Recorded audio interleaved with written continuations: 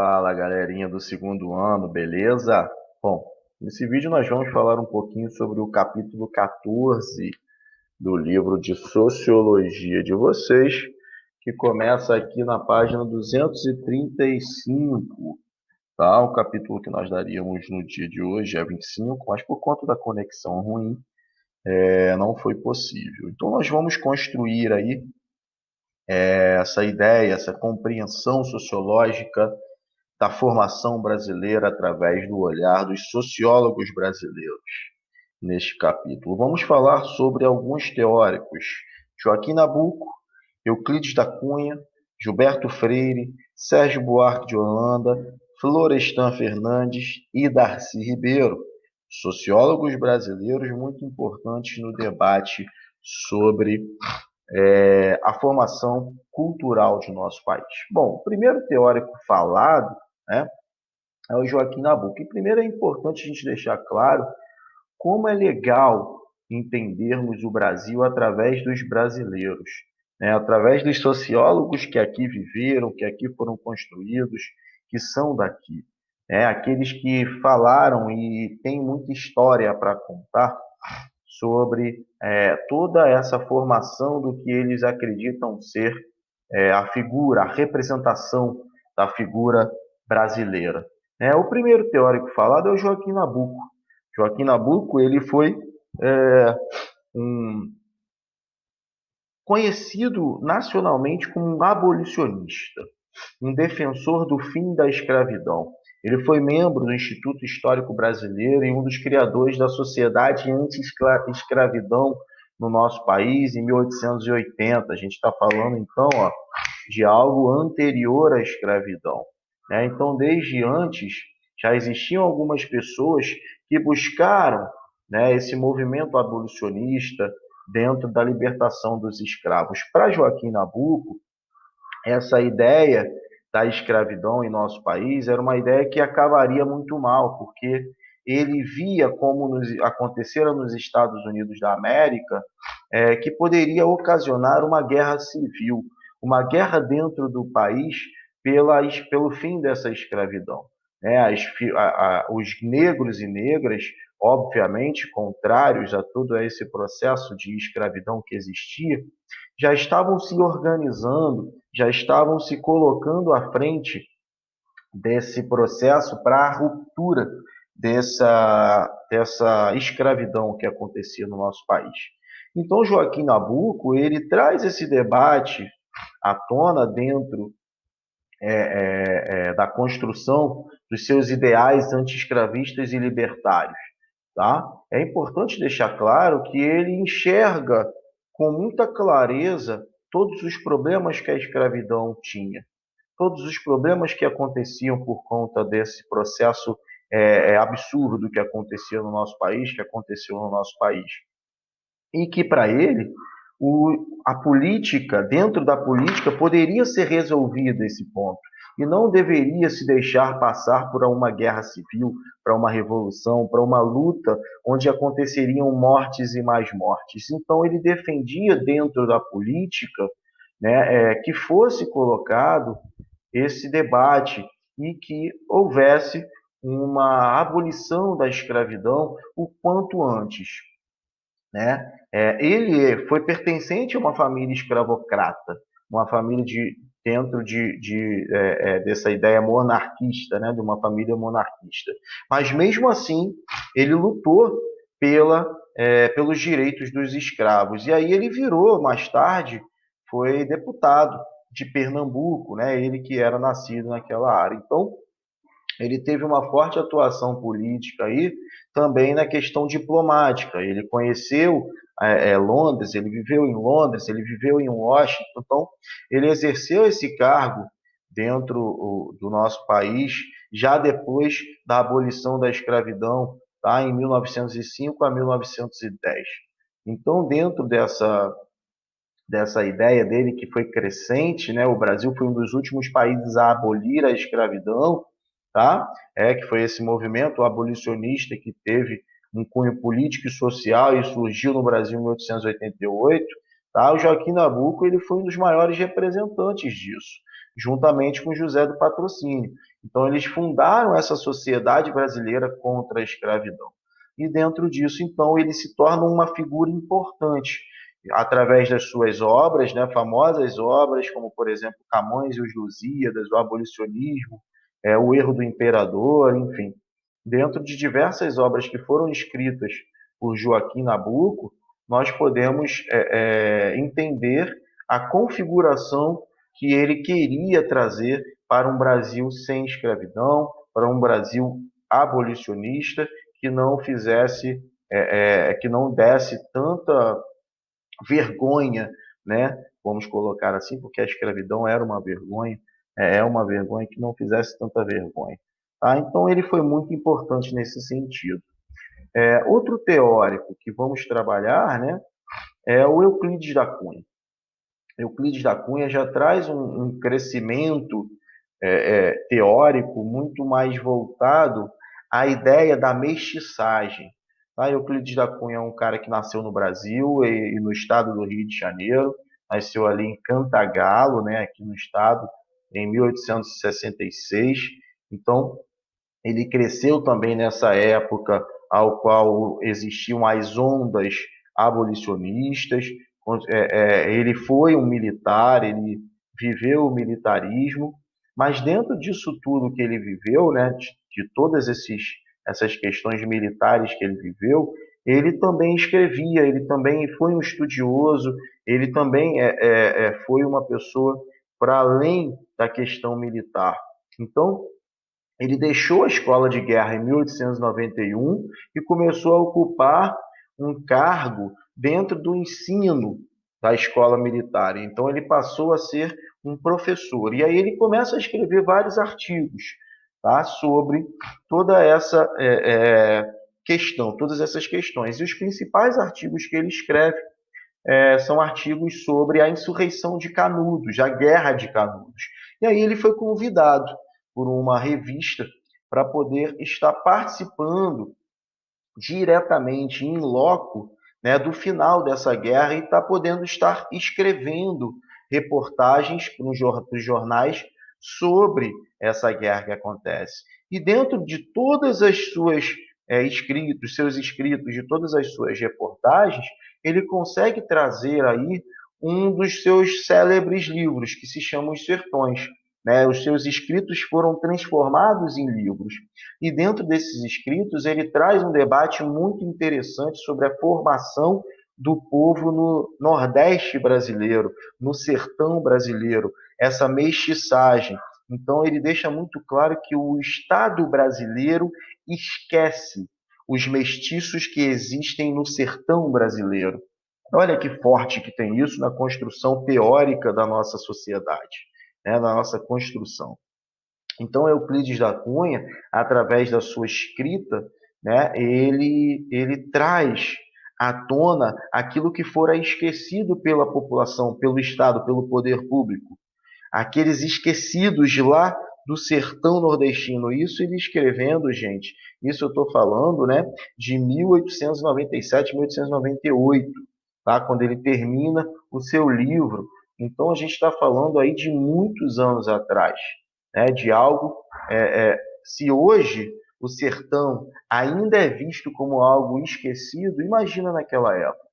Então, ele diz que o brasileiro ele se coloca muito com a cultura europeia por conta da sua colonização e também esquece da cultura indígena, que foi se perdendo com o passar do tempo pelos anos de escravidão e de destruição dos povos nativos, né? Mas o povo brasileiro ele esquece os mestiços que vivem em seu território, né? Principalmente no sertão nordestino. Então ele fica famoso, Euclides da Cunha fica famoso por entre diversos escritos que ele faz, mas principalmente por conta desse livro chamado Os Sertões, que até hoje é um célebre livro, né? Ele era escritor, ele foi professor, ele foi sociólogo, repórter, enfim, historiador, então ele foi engenheiro, então Euclides da Cunha ele teve uma gama muito grande de saberes nessa construção e via o Brasil de uma forma muito interessante, né? E por isso é colocado nesse capítulo. Outro teórico, e aí agora a gente vai entrando em teóricos muito mais para dentro da sociologia, que são considerados sociólogos mesmos, né? Nós vamos falar agora de Gilberto Freire. Tá? Gilberto Freire foi um antropólogo, né, um sociólogo, um antropólogo, tinha na sua concepção aí uma influência muito forte de Franz Boas. Quando a gente fala em antropologia, vocês devem lembrar disso. Aquela parte de não existe uma cultura melhor ou uma cultura pior, existem culturas diferentes. Essa é uma ideia de Franz Boas. Então, o Gilberto Freire traz essa influência de Franz Boas, também traz uma influência do Weber, tá? Dentro da sociologia compreensiva, onde se tem que imaginar, tem que se compreender a ação do ser humano, individualmente falando, que acaba influenciando em toda a sociedade. Então, Gilberto Freire, ele começa, né, ele era de Recife, tá? Ele nasceu em Recife, foi criado em Pernambuco, e começa a estudar a estudar e a escrever dentro das suas ideias como o povo brasileiro vai tendo uma relação racial na sua construção. Né? Ele nasce em 1900, em Recife, como eu falei, e dentro disso ele foi estudar fora, estudou nos Estados Unidos, se eu não me engano, acho que nos Estados Unidos, sim. Então ele traz uma bagagem muito grande de influência norte-americana também, né, dentro desse ponto da sociologia. E quando ele retorna ao nosso país, ele começa a escrever inúmeros artigos sobre a formação social do povo brasileiro. Aí esses artigos eles eram publicados em Pernambuco, no Rio de Janeiro, em São Paulo, ou seja, ele teve uma influência muito forte dentro do nosso país. E aí, em 1933, ele escreve o seu principal livro, que se chama Casa Grande e Senzala, né, que é o livro que vai provocar uma polêmica gigantesca no meio intelectual brasileiro por conta da sua linguagem e como ele propôs aquilo que ele queria falar. Bom, Casa Grande e Senzala traz uma ideia de que há uma formação racial no nosso país que é uma formação democrática. E esse é o ponto que é criticado pela grande maioria dos teóricos quando falam de Gilberto Freire e falam principalmente do seu livro Casa Grande e Senzala. Ele diz que o povo negro, os escravizados e os indígenas, eles aceitavam, né, na grande maioria das vezes, com muita tranquilidade, a escravidão que tinha sido colocada para eles. Então, ele é muito criticado nesse ponto. Apesar de haver uma forçação, uma violência, e ao qual ele criticava, né, uma violência contrária aos negros, aos escravos em geral, né, os indígenas também, os estupros que aconteciam do povo branco para com as negras, principalmente, tá, e a forçação de barra dos brancos para que houvessem negros e negras é, trazendo aí mais filhos para o mundo, né, para que tivessem mais escravos, ele consegue enxergar isso, mas ao mesmo tempo ele traz essa ideia que foi duramente criticada desse mito, que é chamado de mito da democracia racial no nosso país. Tá? Esse mito da democracia racial, ele é muito criticado pelo Florestan Fernandes, que nós vamos falar daqui a pouco, também pelo Darcy Ribeiro, mas por diversos outros teóricos. O Gilberto Freire ele fica conhecido dentro dessa ideia, né, da sua principal obra, que foi uma das trilogias, tá, de outros livros que ele escreveu, como Sobrados e Mucambos, e por último aí Ordem e Progresso. Tá? Dentro dessa tese, como eu falei, né, da obra dele, ele trazia que a mestiçagem das obras, das raças, acabou criando uma sociedade muito original brasileira.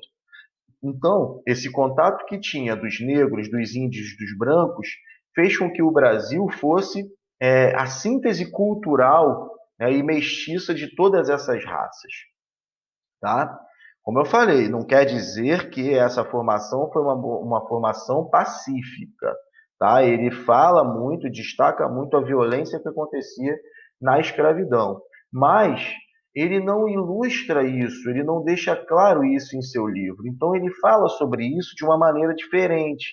Ele fala disso através é, é, da questão culinária, por exemplo, né, para falar um pouco dessa mestiçagem. Então ele fala das formas de comer que o povo ia aceitando, e hoje a gente come coisas que eram dos negros, que eram dos índios, que eram dos portugueses. Então, a forma ao qual ele entra nesse debate é que gera essa crítica, tá? Dentro dessa ideia. É importante a gente deixar claro que ele escreve isso mais ou menos na década de 30, numa década onde o nazismo estava em consolidação pelo mundo, principalmente na Alemanha nazista.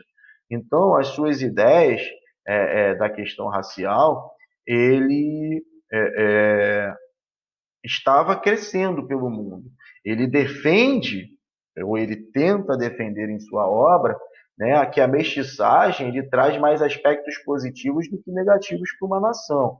Então ele defendia a mestiçagem, ele defendia essa questão racial. Ele era contrário ao nazismo, tá? Mas infelizmente por conta disso, ele cria também esse mito da democracia racial, né? E essa tese aí, ela acaba afirmando que os negros e os indígenas, eles não eram discriminados na sociedade brasileira, o que a gente sabe que é totalmente um erro.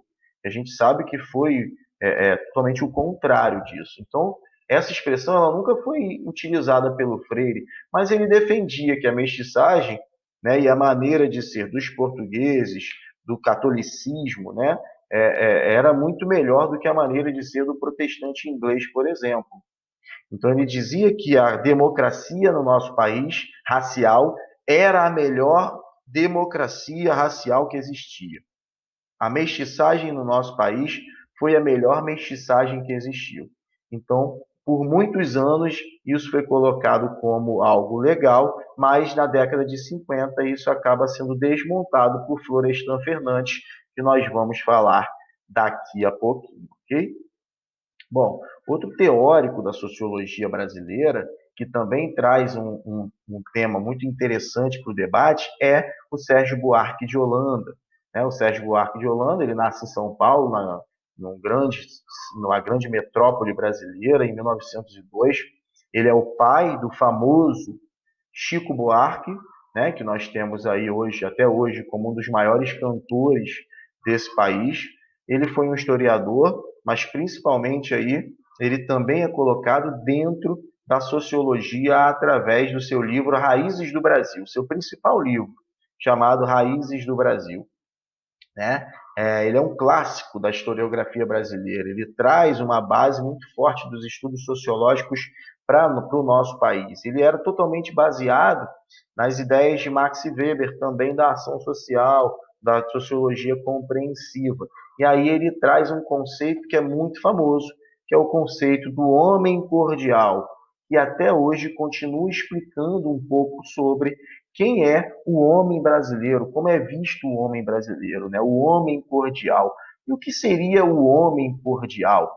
O homem cordial, para Sérgio Buarque de Holanda, traz a sua tese o brasileiro que é criado dentro de um caminho, tá? De uma nação que é totalmente liberal, é uma nação democrática, é uma nação que faz com que o povo possa viver de forma plena, se identificar de forma plena, né? E aí ele traz essa ideia como uma das principais características do povo brasileiro, tá?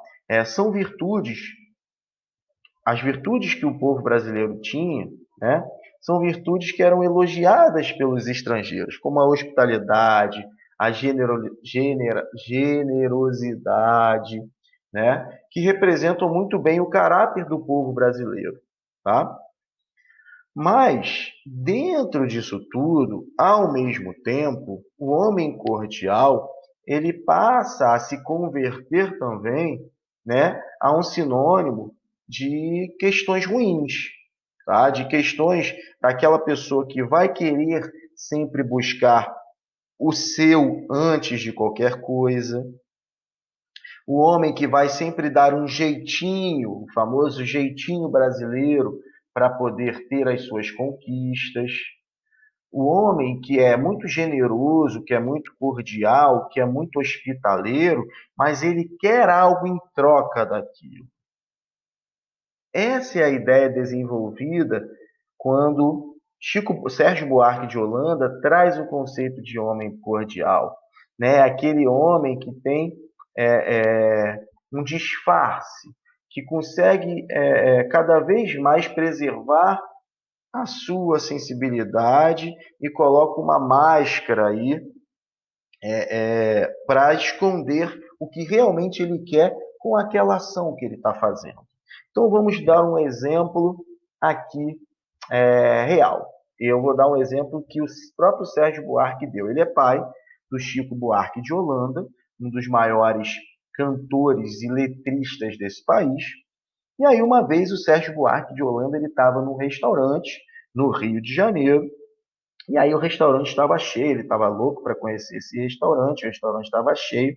Ele entrou e disse para o garçom, né? Se tinha uma vaga, perguntou para o garçom se tinha uma vaga, o garçom falou que não tinha vaga nenhuma, que ele não conseguiria sentar ali, que ele teria que entrar numa fila, que tinha várias pessoas na sua frente para poder sentar. E aí ele chega e fala para o garçom, mas poxa, eu sou pai do Chico Buarque de Holanda, não sei se você conhece, ele vai estar daqui a pouco aqui, vai vir jantar comigo. E aí o garçom já olha com outros olhos, o homem cordial, né? Já olha com outros olhos, vai lá e conversa com o maître, né? Que é com o gerente do restaurante, e rapidamente o gerente consegue uma mesa para que o Sérgio Buarque de Holanda sente. Por quê? Porque há uma necessidade de que aquele ser humano, né, que está sendo cordial, em ter algo em troca. O Chico Buarque vai chegar ali. O Chico Buarque vai estar no seu estabelecimento e isso diz muito. Então, o homem cordial, ele não é cordial porque ele é bonzinho, porque ele é legal.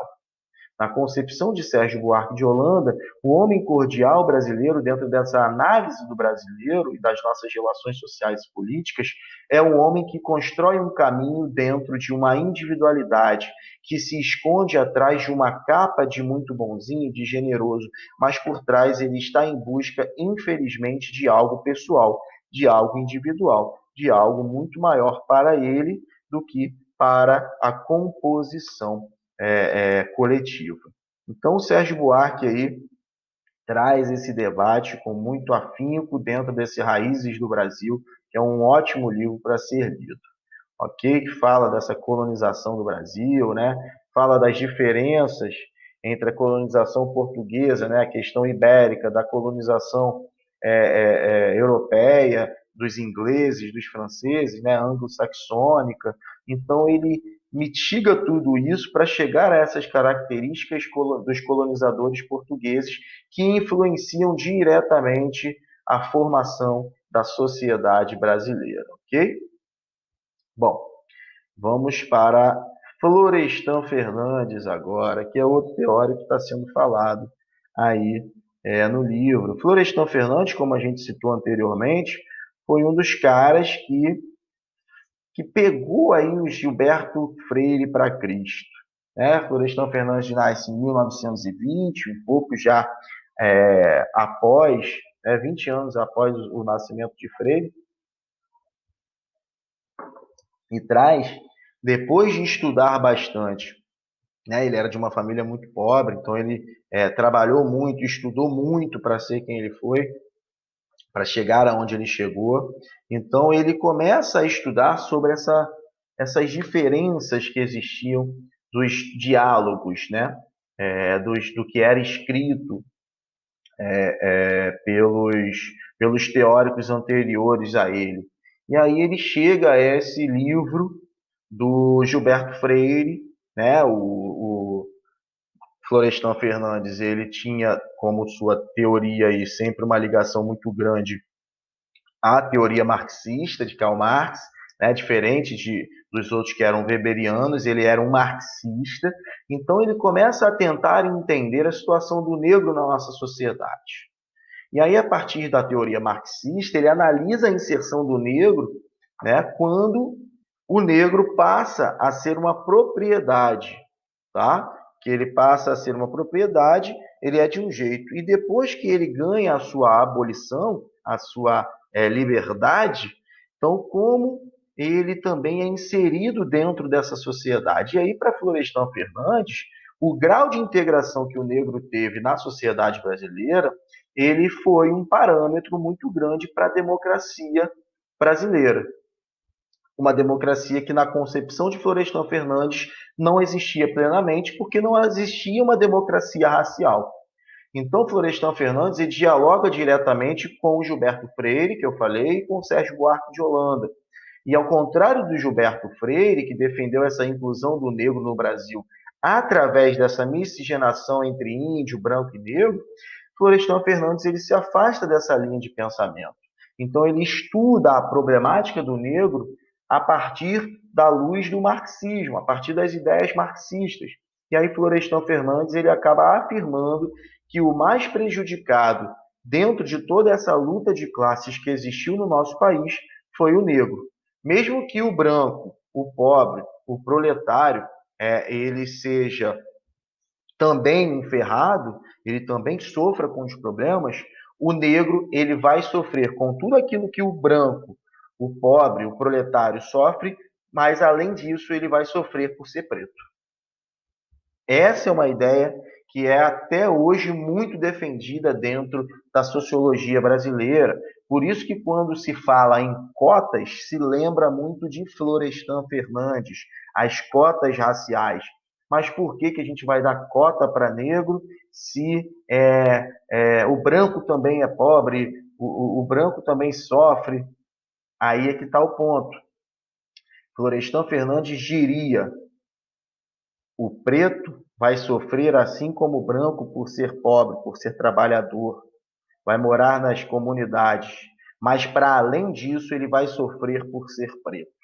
Então, a cota é algo necessário como uma medida paliativa na vida dos negros para que se construa uma possibilidade de igualdade que um dia chegue em nosso país. Então, a partir de uma educação que na concepção de Florestan Fernandes deveria ser laica, gratuita e libertadora, ele vai questionar a autoridade e o autoritarismo do professor dentro de sala de aula e a postura do professor enquanto um reprodutor de conhecimento e desse papel de uma construção de uma sociedade igualitária. Para ele, a concepção de Florestan Fernandes, o povo negro ele não deveria aceitar a miséria do desemprego, nem o povo em si.